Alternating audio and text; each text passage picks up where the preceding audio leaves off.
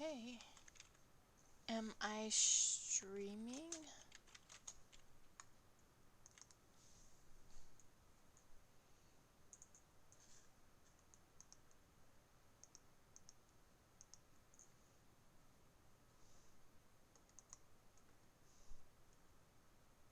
Yes, I'm streaming. Okay, I'm gonna be playing music, but it could be just blocked by YouTube.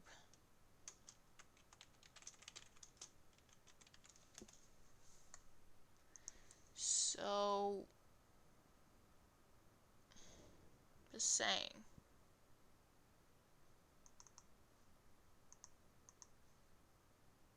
It's going to be blocked. Okay, you just got enough of my Facebook, but look what we're playing. Can You Feel the Love Tonight by Beyonce and Donald Glover. From the new movie, the live-action remake of The Lion King. I'm so fucking happy about this. I'm just gonna set right here so I can see who's writing to me.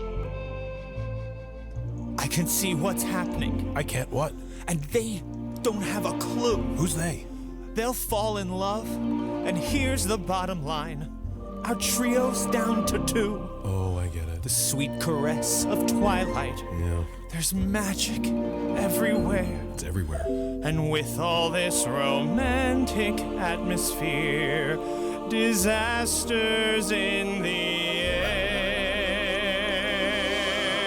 air. Can you feel the love tonight? I only have one. The peace the evening brings. The world for once in perfect harmony with all its living things. So many things to tell her, but how to make her see the truth about my past? Impossible. She'd turn away from me. He's holding back, he's hiding. But what I can't decide. Why won't he be the king I know he is? The king I see inside. Can you feel the love tonight? The peace the evening brings. The world for once in perfect harmony with all its living things. Can you feel the love tonight? You needn't look too far. Stealing through the night's uncertainties, love is where they are. And if he falls in love tonight, it can be assumed His carefree days with us are history.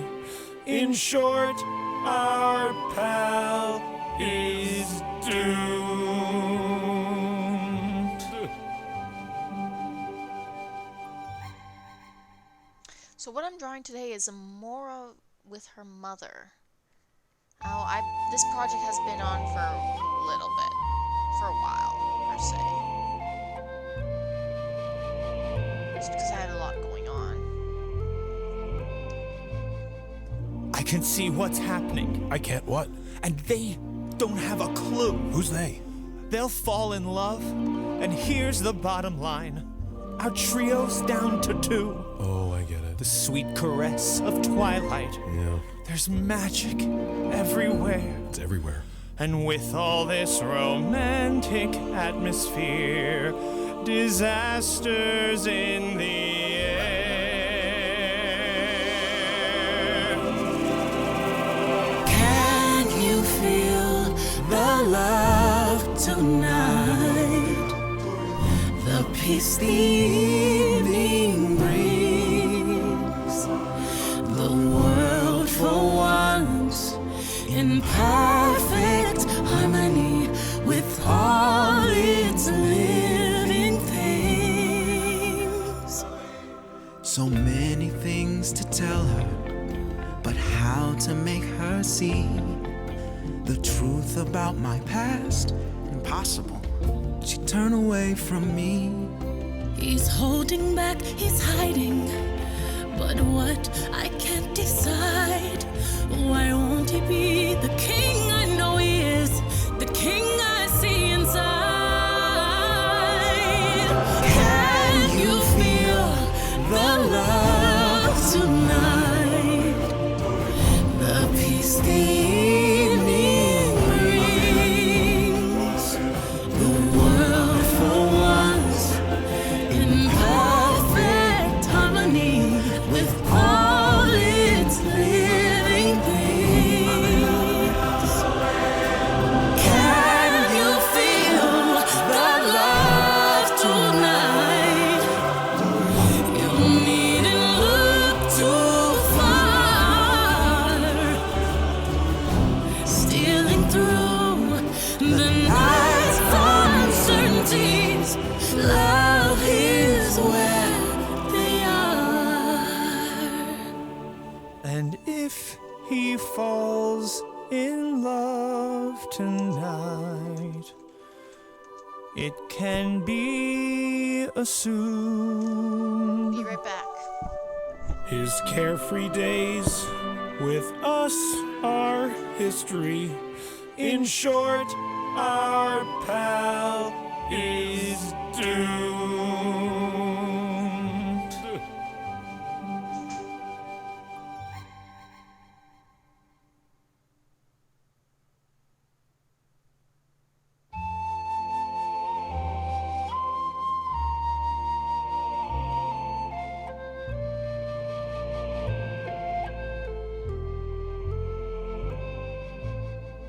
I can see what's happening, I can't what? and they don't have a clue. Who's they? They'll fall in love, and here's the bottom line. Our trio's down to 2. Oh, I get it. The sweet caress of twilight. Yeah, There's magic everywhere. it's everywhere. And with all this romantic atmosphere, disasters in the air.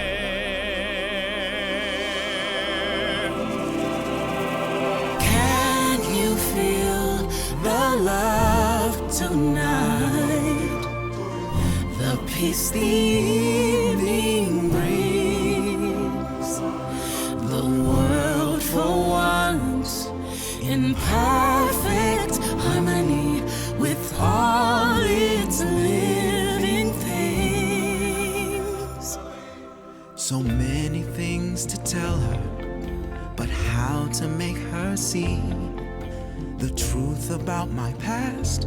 Impossible. She'd turn away from me. He's holding back, he's hiding, but what I can't decide. Why won't he be the king I know he is, the king I see inside? Can you feel the love tonight? The peace the evening brings. The world for once in perfect harmony with all its living things. Can you feel the love tonight? You needn't look too far. Stealing through the night's uncertainties, love is where they are. And if he falls in love tonight, it can be assumed. His carefree days with us are history. In short, our pal is doomed.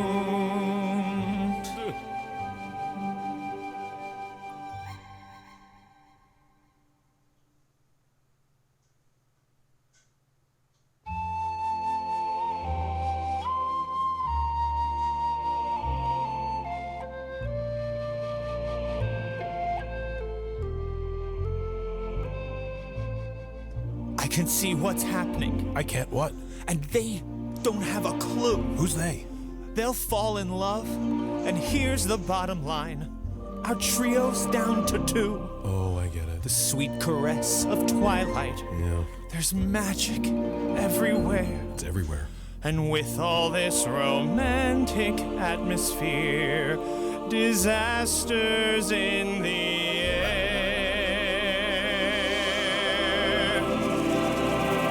Can you feel the love tonight? The peace the evening brings. The world for once in perfect harmony with all its living things. So many things to tell her, but how to make her see the truth about my past? Impossible. She'd turn away from me. He's holding back, he's hiding. But what I can't decide. Why won't he be the king I know he is? The king I see inside. Can you feel the love tonight? The peace the evening brings. The world for once in perfect harmony with all its living things. Can you feel the love tonight? You needn't look too far. Stealing through the night's uncertainties, love is where they are. And if he falls in love tonight, it can be assumed His carefree days with us are history. In short, our pal is doomed.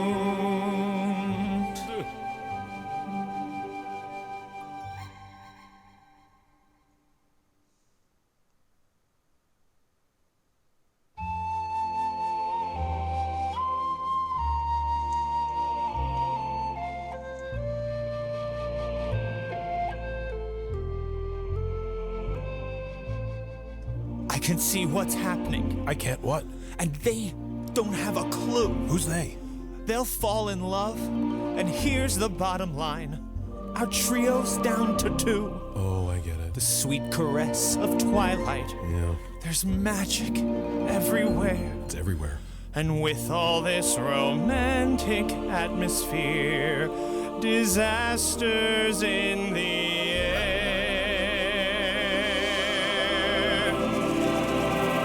Can you feel the love tonight?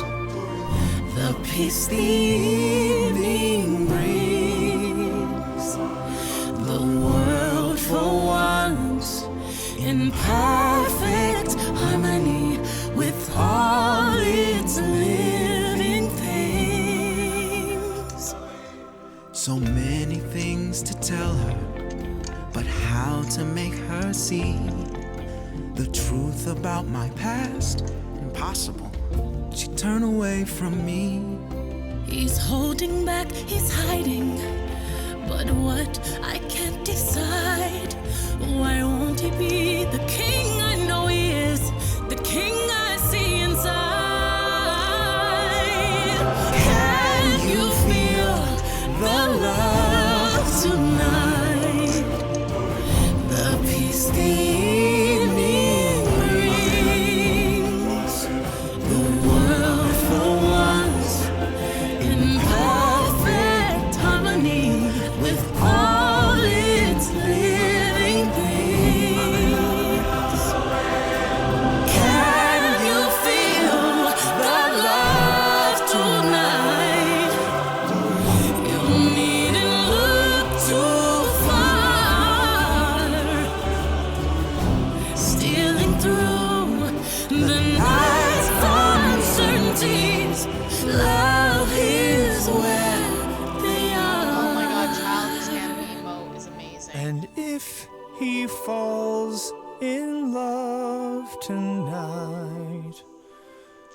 it can be assumed.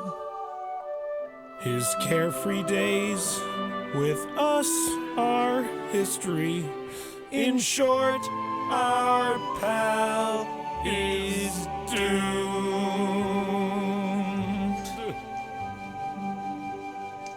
Oops. I'm actually quite buzzed at the moment. So I might just fuck up here and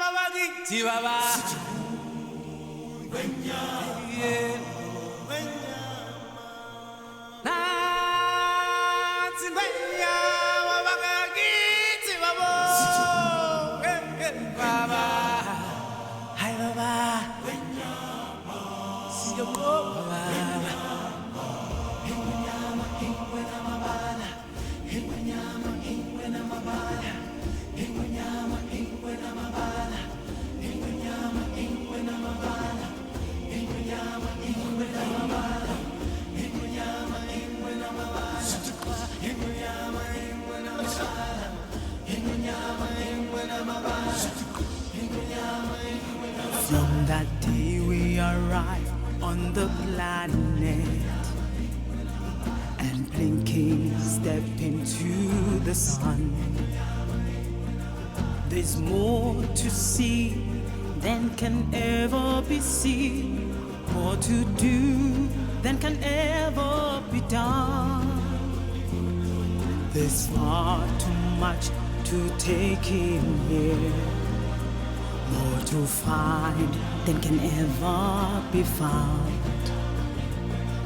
By the sun rolling high through the sapphire sky, keeps great and small on the endless round. Is the circle of life, and it moves us all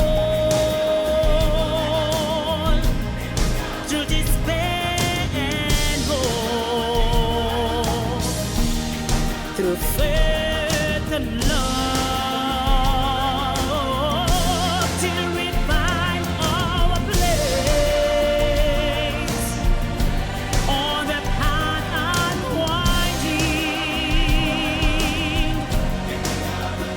in the circle of life.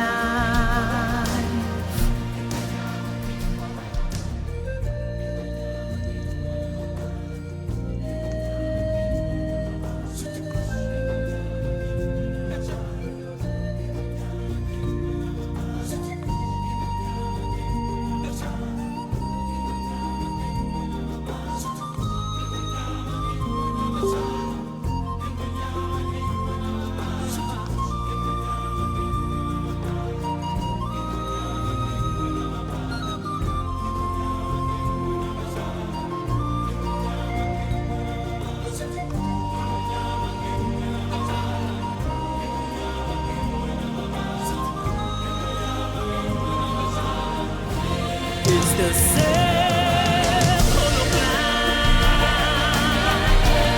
and it moves us all through despair and hope, through faith and love, till we find our place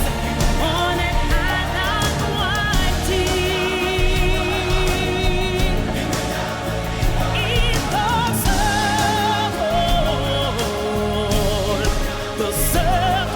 winding in the circle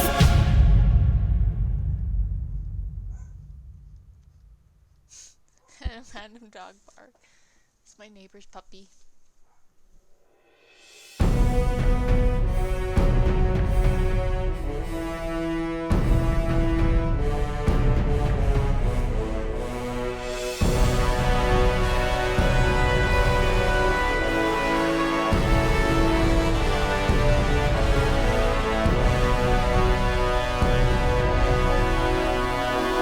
Out of the mist of history, he'll call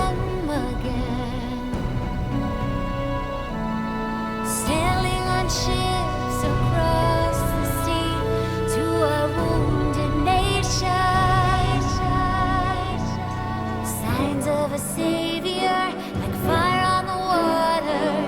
It's what we prayed for, one of our own. Just wait, the white he may roam. Always a hero comes home. He goes where no one has gone, but always a hero comes home. Deep in the heart of darkness sparks a dream of light. Surrounded by hopelessness, he finds the will to fight. There's no surrender, always remember, it doesn't end here, we're not alone. Just wait, the white he may roam. Always a hero comes home. He goes where no one has gone, but always a hero comes home. And he will come back a prince in time, dead or alive. And even though we know the bridge has burned, he will return. He will return. Just wait, the white he may roam. Always a hero comes home. He knows a place is unknown, but always a hero comes home. Someday a name carved in stone, a hero comes home. He goes and comes back alone, but always a hero comes home. Just wait, the white he may roam. Always a hero comes home.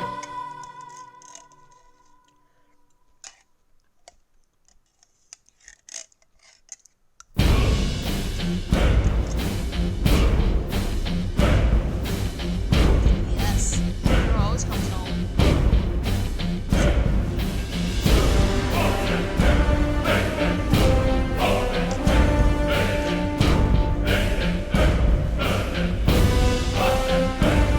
Someday they will carve in stone your name.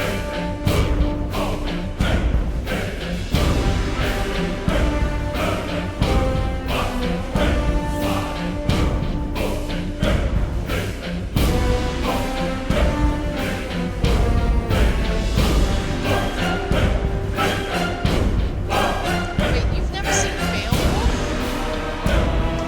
Okay, I gotta pause this. Russell, you've never seen Beowulf at all? Like the more recent one?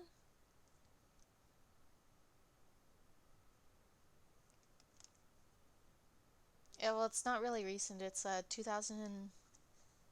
Hold on. Let me Google this. Beowulf.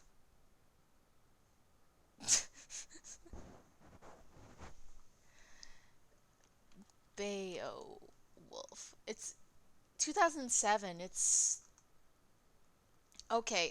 So if you have seen it, then this is the song from it. You should know it by now. I mean, what the fuck?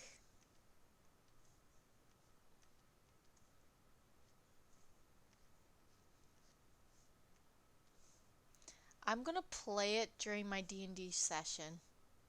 17? Fuck. That's right, I'm 2 years younger than you. Holy shit.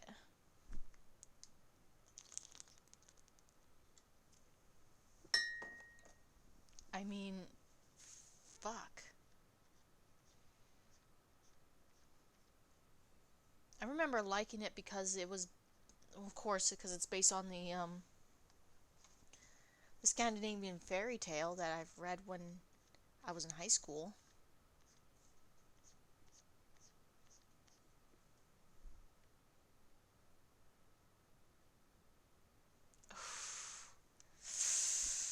And next May, I'm going to be 28.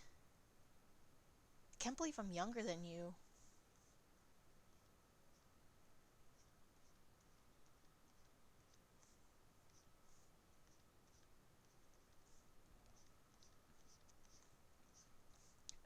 I'm sorry, I'm a bit buzzed, so my words might not come out as proper as they should be.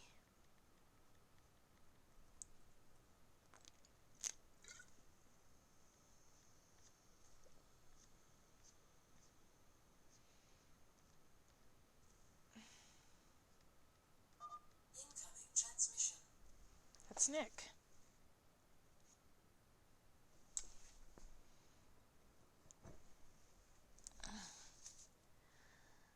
Oh my god, yummy.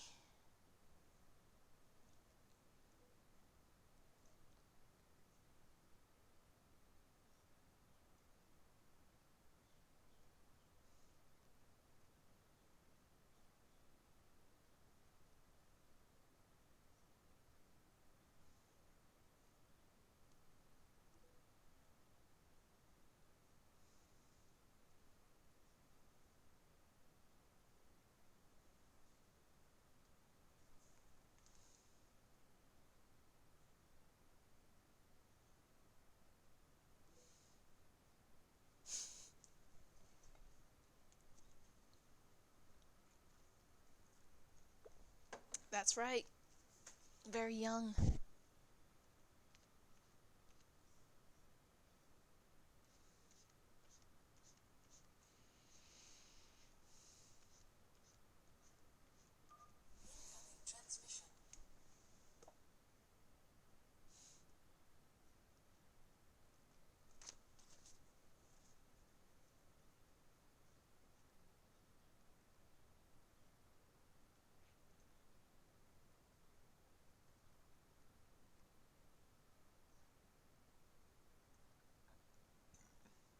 Just texting someone at the moment.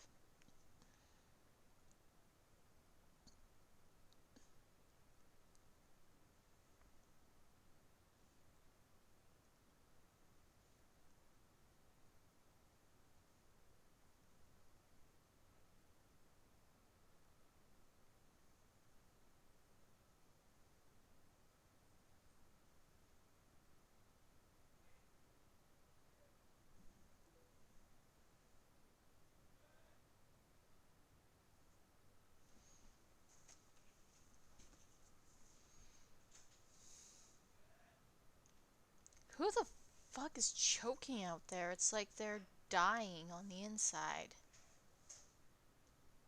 Jesus tits.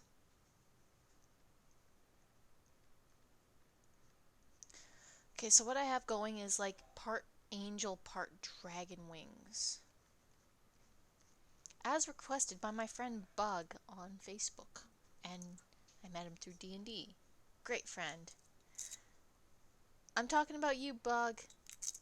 Love ya.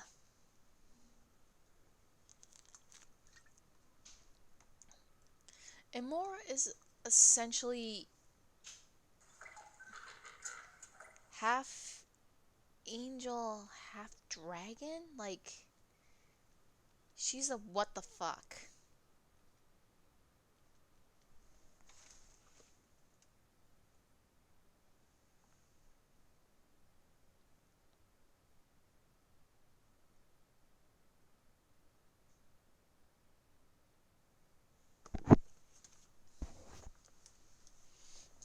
But you know what? I fucking love her because she's perfect.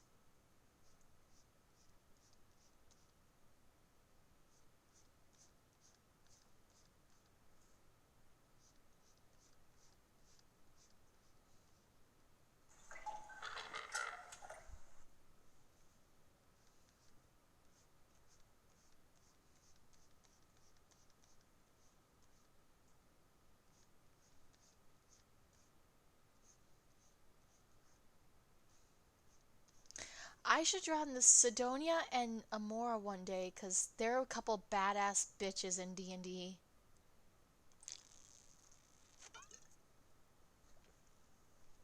Anyways, I'm going to be back to playing songs, so you're going to be hearing loud music while I'm drinking.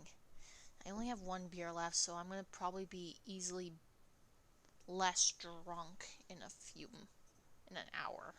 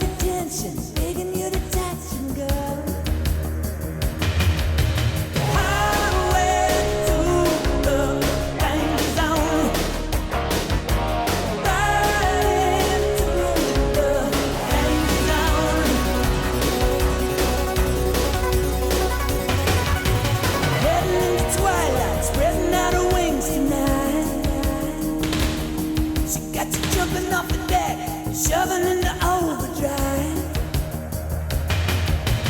Highway through the danger zone. I'll take you right into the danger zone. Never say hello to you until you get it on the red line. No. You never know what you can do until you get it on the line. You can go.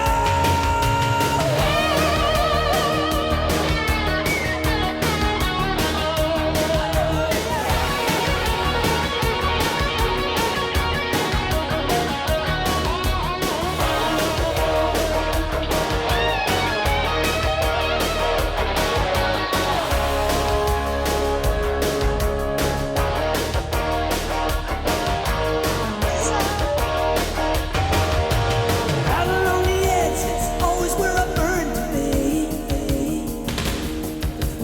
Further on the edge, the hotter the intensity. Highway to the danger zone. Gonna take it right into the danger zone. Highway to the danger zone. Right into the danger zone.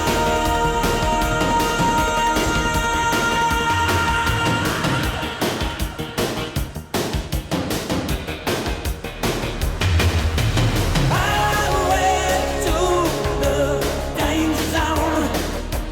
Gonna take it right into the danger zone. Highway to the danger zone. Right into the danger zone. Highway to the danger zone. Gonna take it right into the danger zone. Highway to the danger zone. Right into the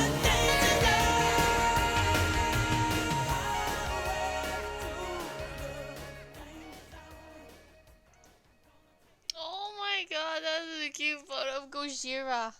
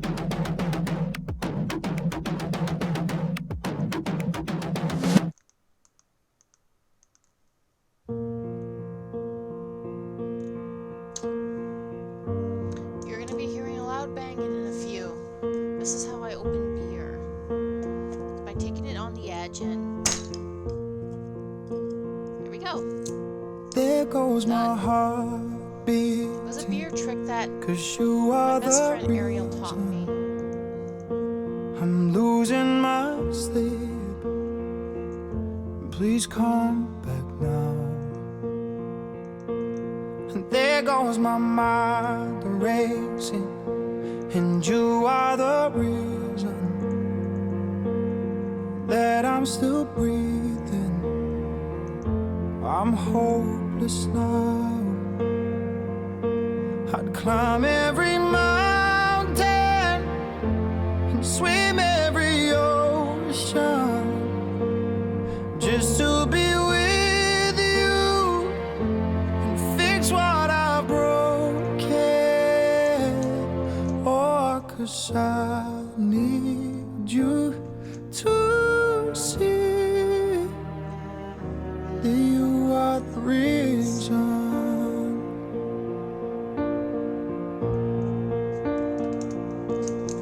There goes my hand shaking, and you are the reason my heart keeps bleeding, and I need you now.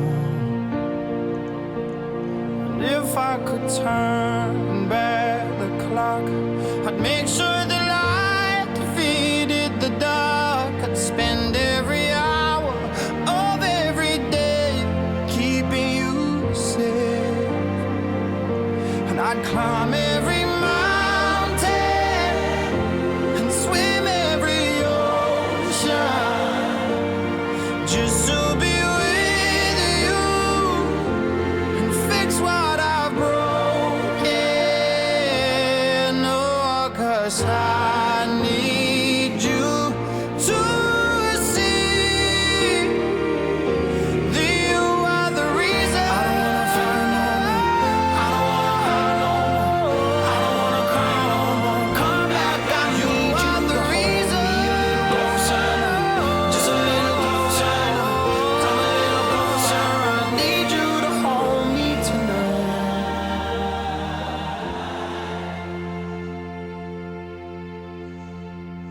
I'd climb every mountain and swim every ocean just to be with you and fix what I've broken.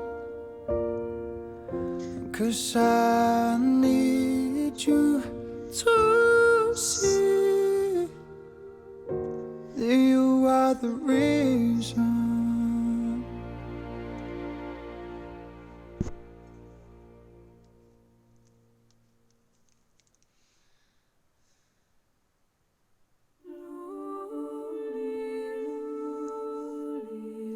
Now, since I seem to have a hard time doing the wings, I'm gonna cheat a bit and use essentially this, fractals. Now, fractals are like an amazing feature that you can actually use. Lay down your head and I'll sing you a lullaby. They mimic like wings, to and the for me, waves essentially. of Lulilei Lane, and I'll sing Now, you I can copy to this sleep, and I'll sing and you reverse it. tomorrow. Bless you with love There you for go. the road that you go. Wings.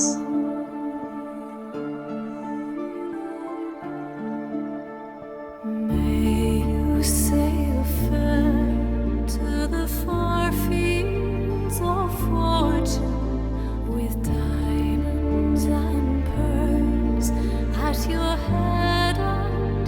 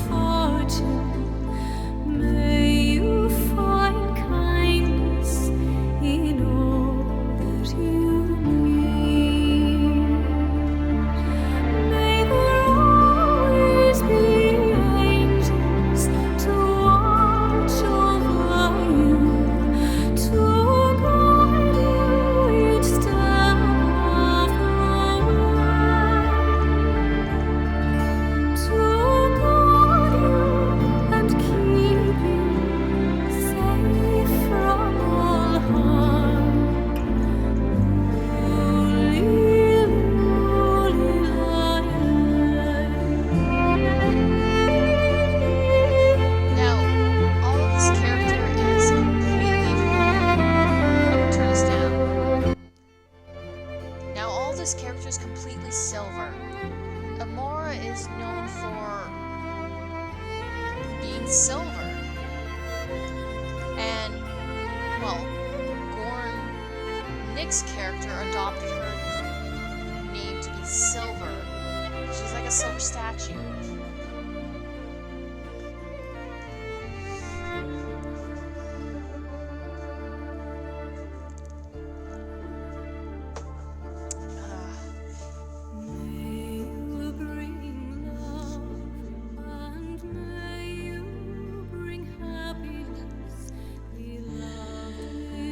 I love my roomies.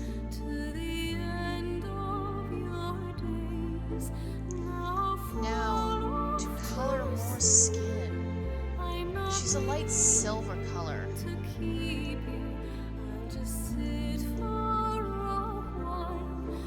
Not too silver, but like a light silver. A hint. A dash.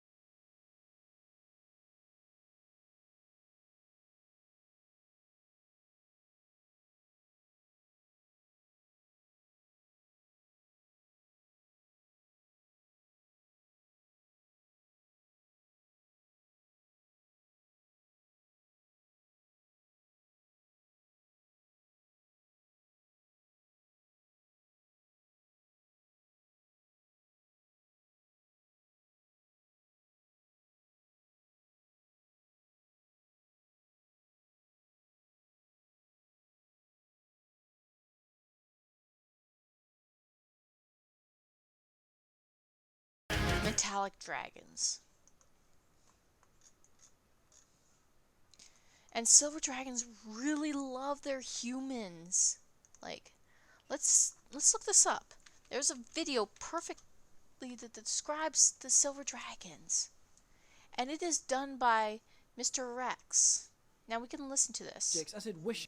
Silver dragons embody all that is honorable about dragon kind. They protect the weak, heal the wounded, destroy evil, and all of it whilst in the company of their friends and allies who they trust and love above all. If bronze dragons are justice, then silver dragons are goodness.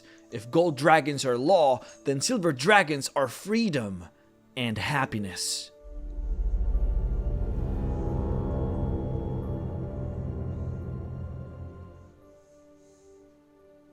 Silver dragons appear as if sculpted from pure metal. In fact, once they grow older, you can barely even see their scales anymore. To a person, they would look as if they were a singular majestic piece of silver, glimmering and radiating in pure splendor. Their mohawk style of frill tells them apart from other types of dragons. In fact, they have the tallest head frill out of any of the true dragons. Their chin spikes look like goatees as well, making their physical look very unique amongst these creatures. When in flight, if looked from below, provided that you had difficulty seeing colors, they would actually look exactly like red dragons. I mean, their wings are very similar, very long and connected to the tail by the base of their legs. They have no special feature on their belly or tail, and their massive horns on their heads would jut out from the side in a very similar fashion to red dragons. For both red and silver dragons, what you can actually use to tell them apart is typically on their head, but on the top side of their head. So if looked from below, as if the dragon was circling you in the night, you might have a very hard time actually telling them apart. The one feature though that makes the silver dragons unique even amongst red dragons are their alar phalanges. A silver dragon has 2 thumbs at the end of the alar bone, whereas the red dragon only has 1. This is how draconic sages tell these 2 dragons apart when dealing especially with highly deteriorated bony skeletons. But before we cover anything else, however, let's jump in straight into what the monster manual tells us about these creatures. The manual tells us that they are the friendliest and the most social out of the metallic dragons, cheerfully assisting good creatures in need. They believe that living a moral life involves doing good deeds and ensuring that one's actions cause no undeserved harm to other sentient beings. They don't actively root out evil, but will gladly defend innocence against evil. The manual also tells us that they enjoy the company of other silver dragons, but outside of their own kind, they also find true friendships in humanoids, who they spend a lot of time with. Typically, they like to be in humanoid form, specifically in a benign shape, and then they have strong friendships with creatures whilst in this form. They tell us here that sometimes silver dragons are forced to leave their friendships behind to tend to their lairs or mate, only to return centuries later and realize that their friends are long dead. Because of this, silver dragons sometimes befriend multiple generations of the same family. This part is huge here. The manual tells us that out of all races, they specifically are more fond of humans and any other short-lived race, because they have a particular zest for life that other races simply do not. And lastly, when it comes to treasure and hoards, they enjoy relics of humanoid history, whether it is coinage minted by an old empire or the ruins of a castle, or old humanoid objects of great artistic design. When it comes to their lair, we're told that silver dragons make their lairs on secluded cold mountain peaks, especially if the mountain happens to be an abandoned old outpost of civilization, like an old forgotten fortress. I should also point this out before we move on. Under regional effects, it is specified that the silver dragon has the ability to make clouds and fog within its lair as solid as stone, forming structures and other objects as it wishes. That part is really important. So there it is, the silver dragon entry in the monster manual.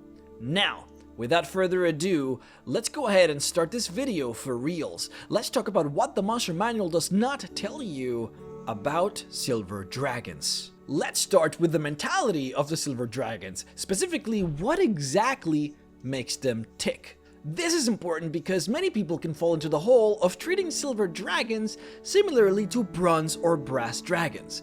Bronze dragons because they are paragons of justice, and brass dragons because they're very social and talkative, qualities that silver dragons often share. What makes a silver dragon is that they genuinely care about people's happiness and well-being. Unlike the bronze and gold dragons, who are more concerned about their strict ideology of good versus evil and law versus chaos. A bronze dragon, for example, polymorphs into humanoids to test people's good wills, but they don't reward them or make their lives better if they do good. They simply punish the bad people. A gold dragon is constantly on the lookout for evil and will spend years researching and uncovering evil plots in order to thwart them before they even begin.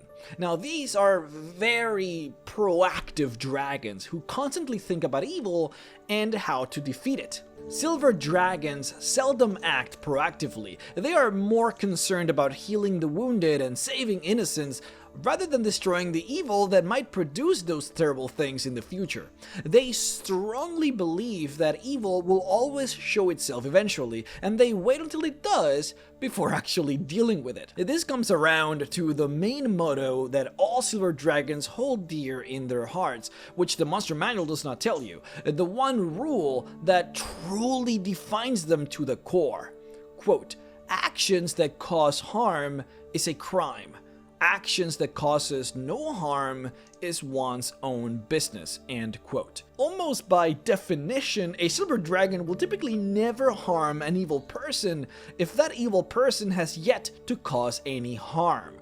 Now, of course, silver dragons are not stupid and will defeat a clearly evil person if that person clearly intends on doing evil, but these dragons are not concerned with philosophy or the struggles between the general concepts of good and evil. They don't care if you're not actually hurting anybody.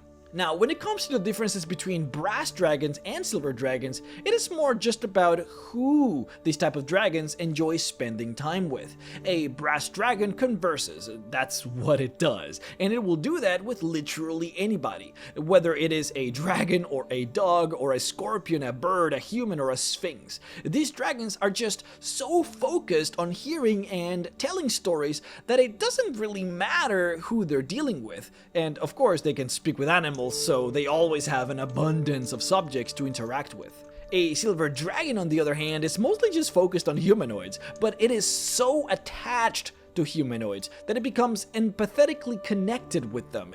It wants to be with humans. It wants to pretend to be a human. It wants to save them, protect them, befriend them. The silver dragon is the closest that we will ever get to a dragon that has the human way of thinking. We're getting pretty deep into silver dragon psychology right now, but I think it is really worth discussing this because it truly showcases how a silver dragon thinks and behaves. Silver dragons in particular suffer from ambition, in the sense that it is very common for them to spend years or even decades meditating and contemplating a problem rather than simply solving the problem. Once again, they are the complete opposite of proactive. Now, this is an issue that, typically most dragons have, since dragons get to live for thousands of years. They truly are in no hurry to accomplish most of anything in their immediate future. But what makes silver dragons different from other dragons in this regard is that they truly wish that this wasn't so, and they try and do their best to be as active as they can, which is why they admire humans so much and why they surround themselves with them.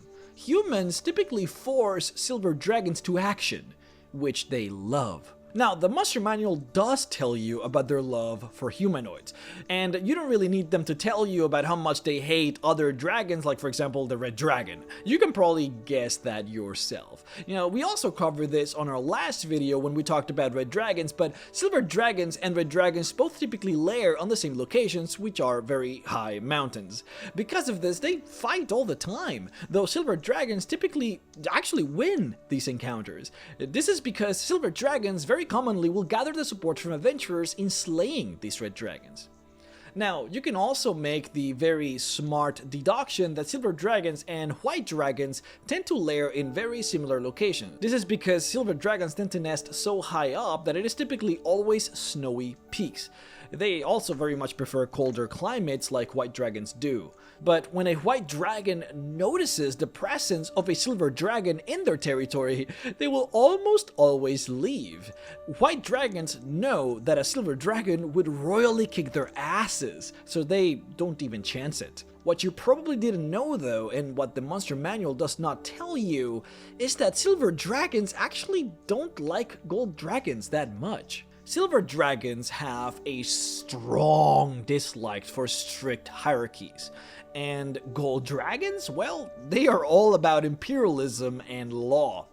Gold dragons believe in a world ruled by them, with regulations and justice, whereas silver dragons, even though they are certainly lawful, they prefer a world with freedoms, where people can do whatever they want as long as they're not harming anybody. See, the monster manual doesn't cover this at all, but silver dragons actually have a very simple hierarchy of their own, which is actually sort of similar to that of blue dragons. Silvers always have a loosely knit family or clan with a matriarch or a patriarch who they will call the senior.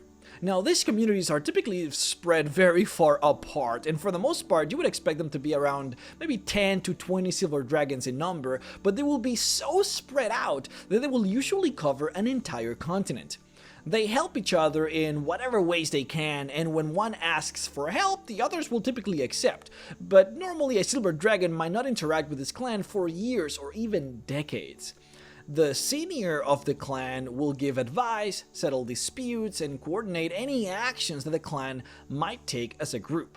This, of course, would include the very unfortunate incident when dispensing the law amongst their own clan would be needed, though this is very rare since silver dragons only have their one rule, which we discussed before. Silver dragons believe from their very core that living a moral life simply involves doing good deeds and taking no actions that brings undeserved harm to other beings, so very rarely would dispensing justice within their own actually happen. Now, mating is particularly interesting. See, the monster manual doesn't tell you, but courtship and mating within your clan is a very serious taboo. You're expected to find a silver dragon from a different clan to woo, a process which is very civilized and decorous. When two silver dragons decide to mate, they will then ask the seniors of both clans for approval, though this process is largely ceremonial, just like for blue dragons. You will typically never see any senior actually decline a mating process unless there was a very serious reason not to, like for example if the two silver dragons were from the same clan. Now, generally silver dragons mate for life, and when they do, the younger of the two dragons, or the one with the least status, will leave their clan in order to join their mates. This is not always the case, but it is typically what happens.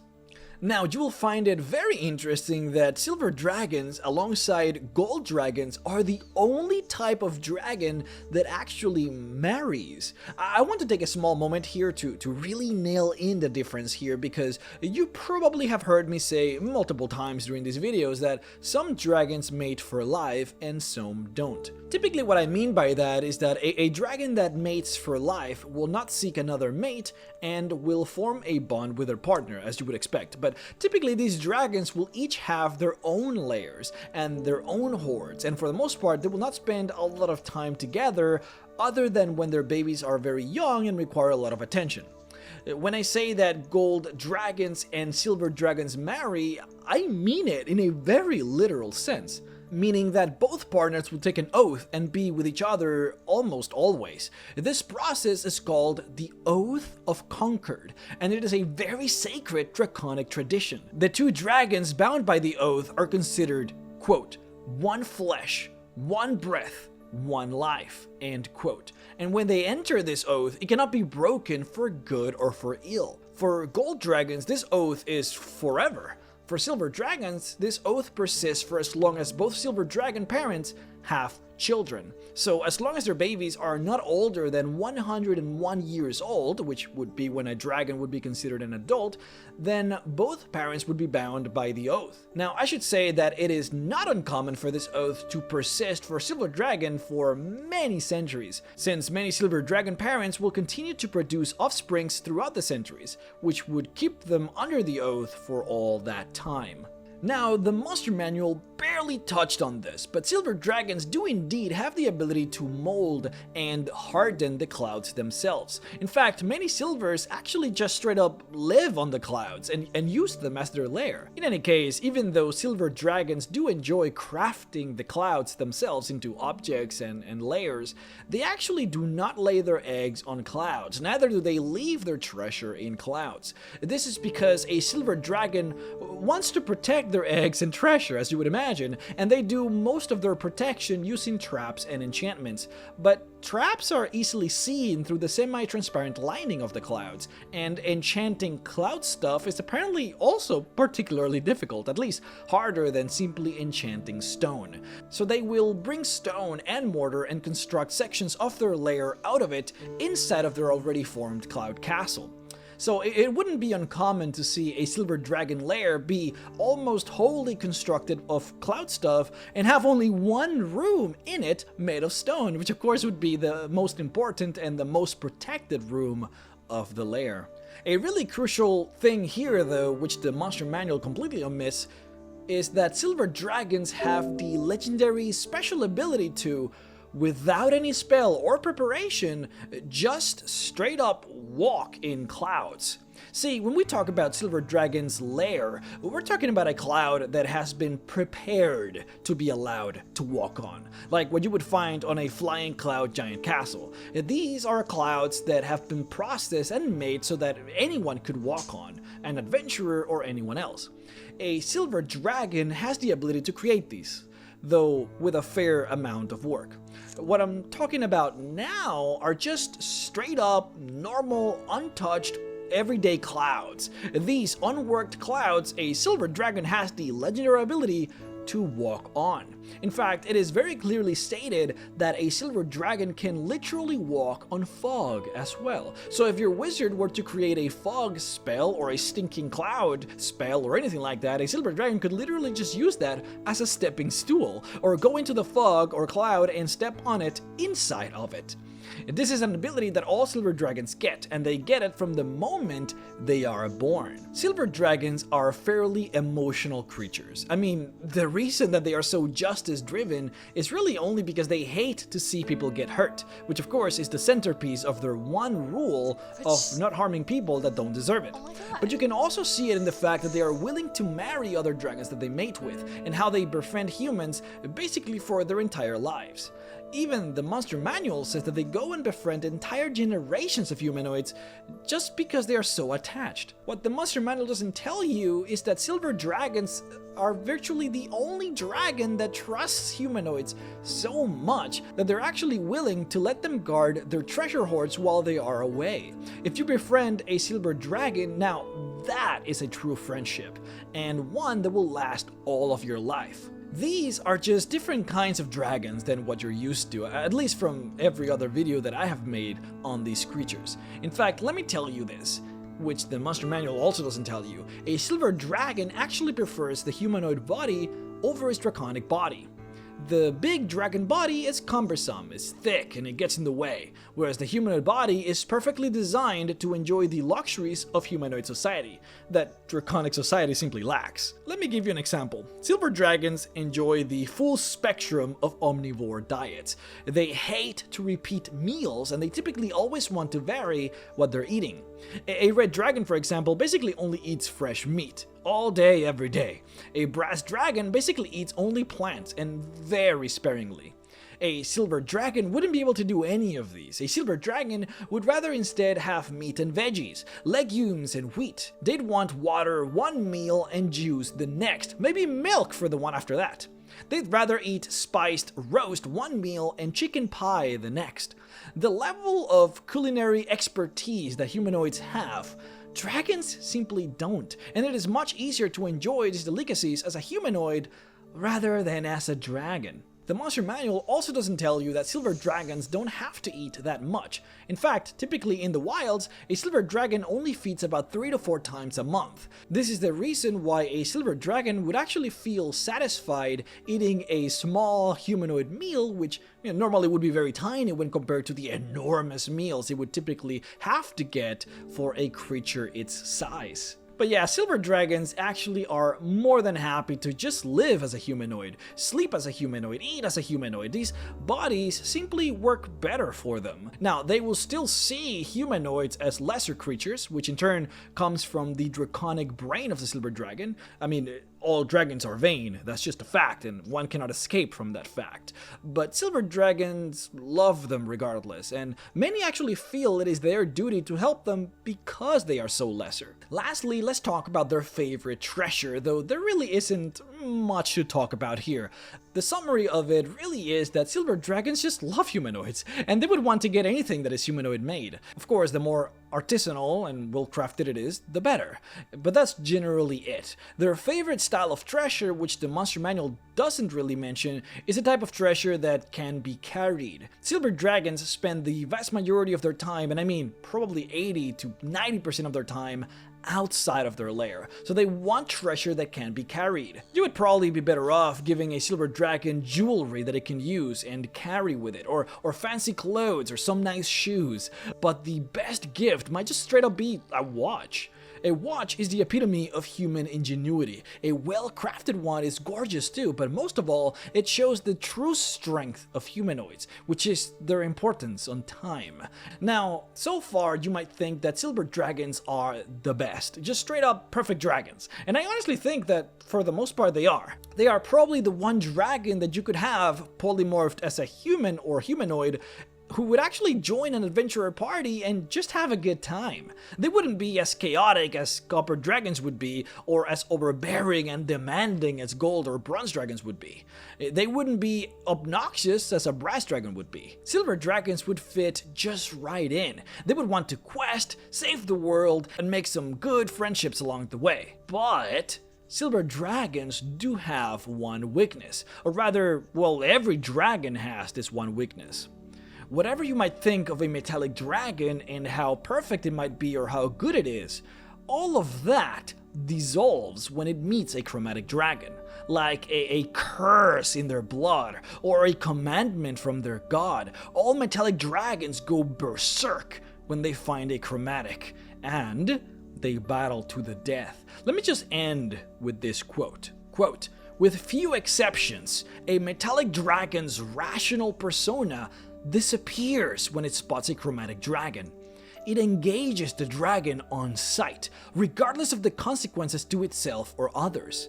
If the chromatic dragon is too daunting for one metallic dragon to handle, the metallic immediately seeks out allies and returns with greater numbers to assail the threat. When battle is joined, metallic dragons fight savagely, eviscerating bellies, gouging eyes, and hamstringing legs. They slaughter chromatic dragon males, females, and wormlings without prejudice. After the slaughter ends, a metallic dragon resumes its normal personality as if nothing unusual had transpired, despite being covered in blood and gore. Once, when asked about his astonishing outburst of wrath, a silver dragon replied, quote, "They cannot be allowed to reach critical numbers." End quote. Despite their drive to kill, most metallic dragons do not crusade against chromatic dragons. They merely deal with such worms as they appear. I would like to personally thank my Patreon supporters, Rukato Fan, Major Fail Gaming, Wyatt Curlin, Barry Maskant, Toby Oliver, Dylan Baker, Zach Bowell, Spencer Boeck, Casey Butler, and Meaty Ogre at best for supporting me on Patreon at the $25 level. If you would like to support me as well, then please head on over to patreon.com/MrRex to support. Guys, thank you so much for being here. Thank you so much for being awesome. Your comments have been so nice. You guys have been giving me so much good feedback on this series. I honestly, I love it. If you guys want to follow me and just keep an eye out on me, make sure to follow me on Twitter. Be sure to leave a comment down there and give me a like if you liked the video, a dislike, of course, if you didn't like it. And also, if you guys play Dungeons & Dragons through the internet and want access to some fun animated spell effects for you to use in your games, then make sure to check these out on Roll20. They're called Animated Spells Volume 1, and once downloaded, you can simply drag and drop them on your game for some animated goodness. A good friend of mine made them and they are incredible, so go and give him some love if you guys feel like upping your map design a bit. The link will be, of course, in the description. Once again, thank you guys so much for being here, and make sure to click on the playlist to watch all of the D&D videos that I have made. I promise you, they are all good. You will enjoy yourself. In any case, see you all on the next video. Bye-bye.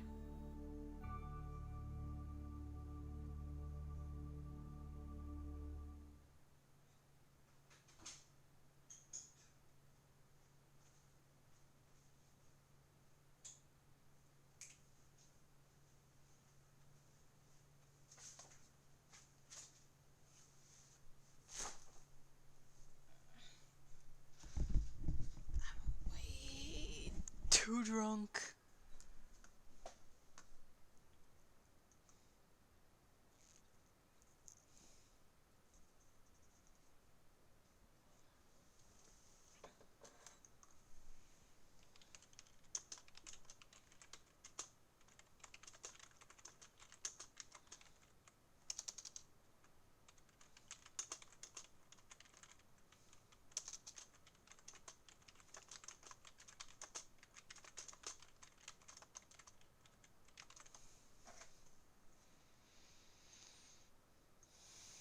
So, what did you guys think of, like, the ideal of the silver dragon? Honestly, it represents me to a T. I care about everyone, and I would do anything to make sure that person is happy. It's the whole point of a silver dragon. But of course, everyone has their own preference, and you know what? That's fine. That is truly okay.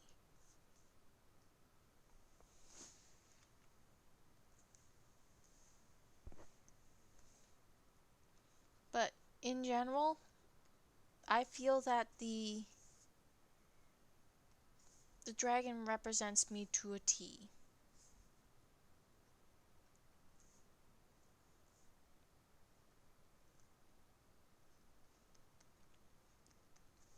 Because I deeply care about everyone and will do anything to protect them.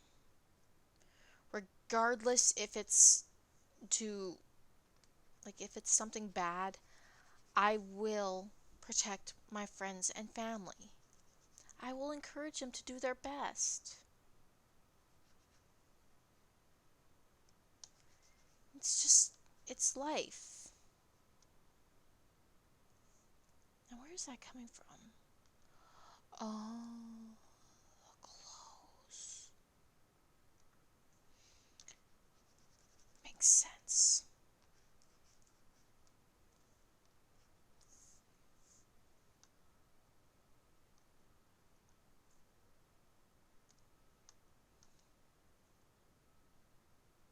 Now, I'm kind of going cross-eyed at the moment because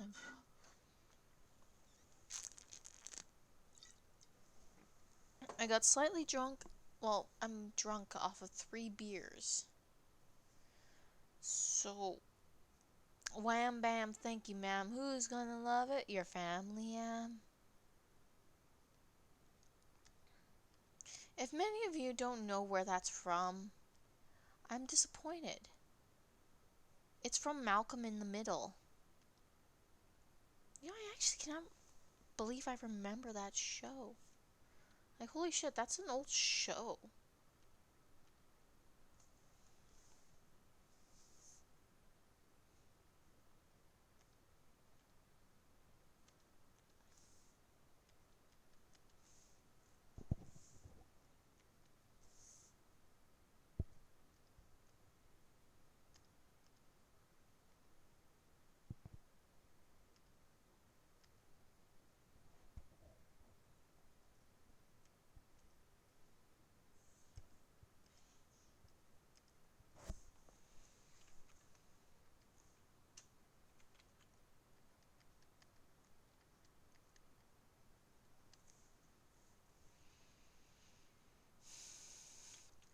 But you know what? People change. Things are old. What can you do with life except for accept it as it is?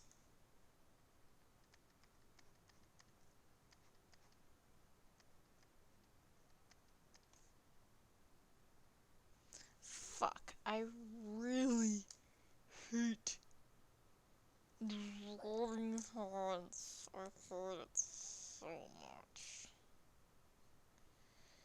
The only reason why I hate drawing hands is mainly because it's so fucking complicated that I want to die. I hate it. I hate it so much. I refuse to draw dragon scales because, you know what? Fuck me. They're way too hard. Now, where's the hands? I just painted the hands. Oh my god, did I, like, miss?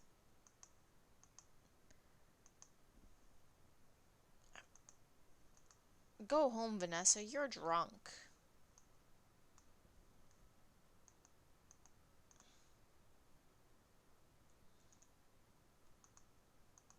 You know what? So be it. If they're missing, they're missing.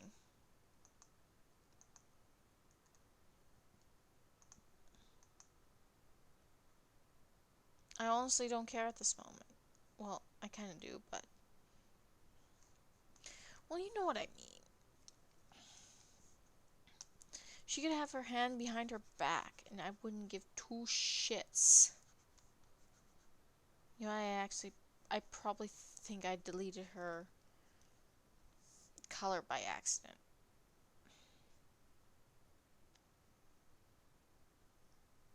Proof that I am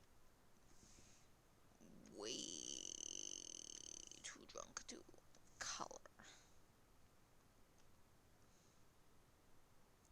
What the fuck?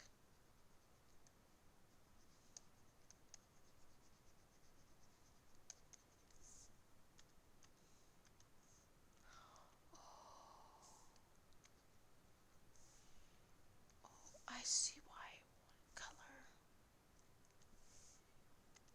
Love is when they are.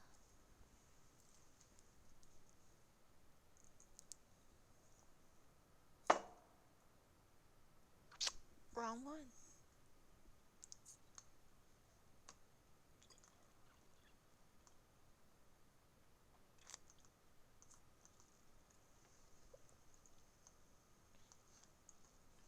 Now let's put some music on because I hate kind of awkward silence.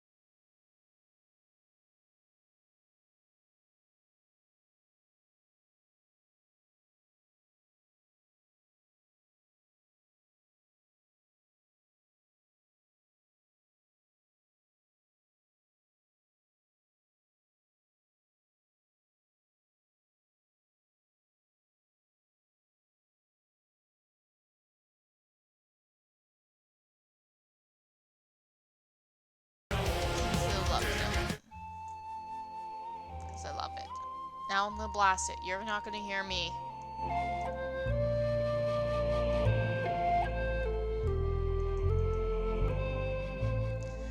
I can see what's happening, I can't what? and they don't have a clue. Who's they? They'll fall in love, and here's the bottom line. Our trio's down to 2. Oh, I get it. The sweet caress of twilight. Yeah, There's magic everywhere. it's everywhere. And with all this romantic atmosphere, disasters in the air. Can you feel the love tonight? The peace the evening brings. The world for once in perfect harmony with all its living things. So many things to tell her, but how to make her see the truth about my past? Impossible. She'd turn away from me. He's holding back, he's hiding. But what I can't decide. Why won't he be the king I know he is? The king I see inside. Can you feel the love tonight?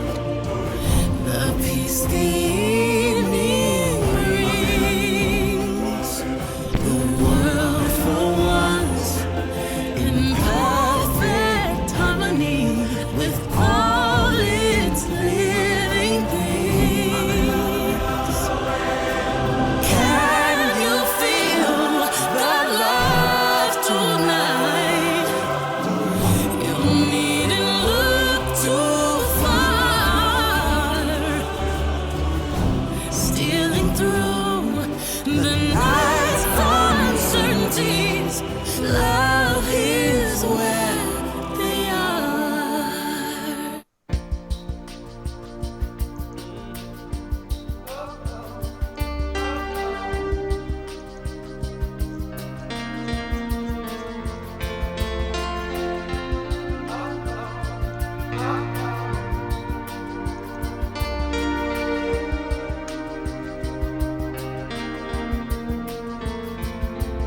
From the day we arrive on the planet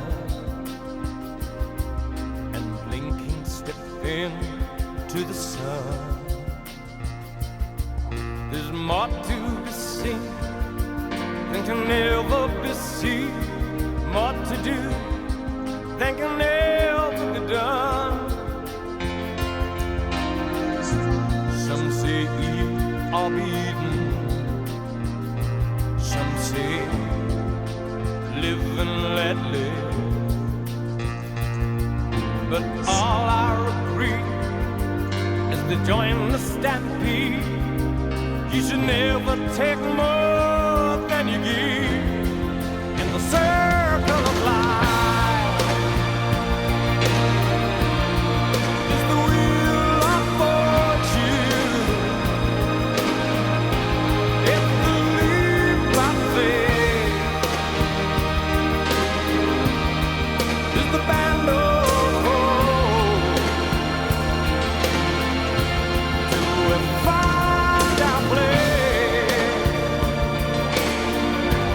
on the path that winding in the circle of life?